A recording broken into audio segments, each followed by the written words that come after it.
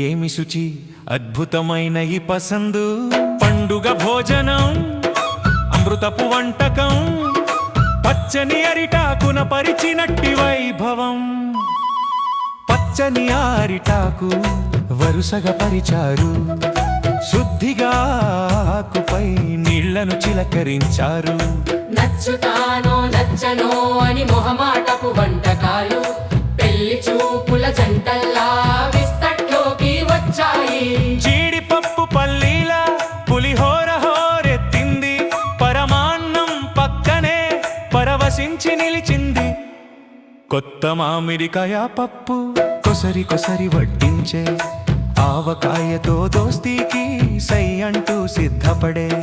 గుత్తి వంకాయ కూర ఘుమఘుమలా మెరిసింది, అవ పెట్టిన పనస పొట్టు మరదలిలా మురిసింది.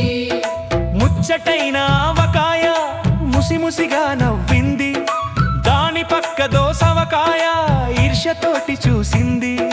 బెండకాయ దొండకాయ వేపుళ్ళ సందడి వరుస కట్టి వచ్చాయి.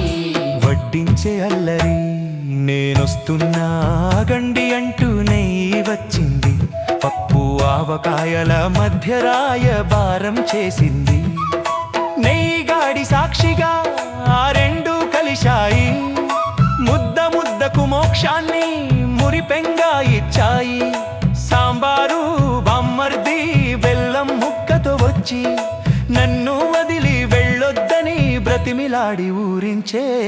కమ్మని ఆ పాయసము కవ్వించే కన్నె పిల్లల మురిపిస్తూ ముగింపులో ముచ్చటగా నిలిచింది. ఘాటైన మిరియాల చారు గొంతులోన చేరింది, గడ్డ పెరుగు తోడుండగా తృప్తిగా కడుపు నింపింది.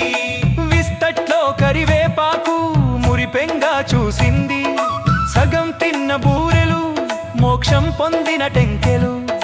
మమ్మల్ని కూడా మన్నించి అందుకోమంటూ మిగిలిపోయిన వంటకాలు ముచ్చటగా పలికాయి.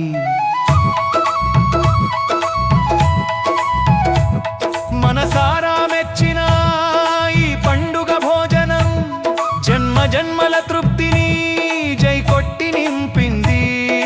రుచి పచి అంతా భళా భళీ, రుచి పచి అంతా భళా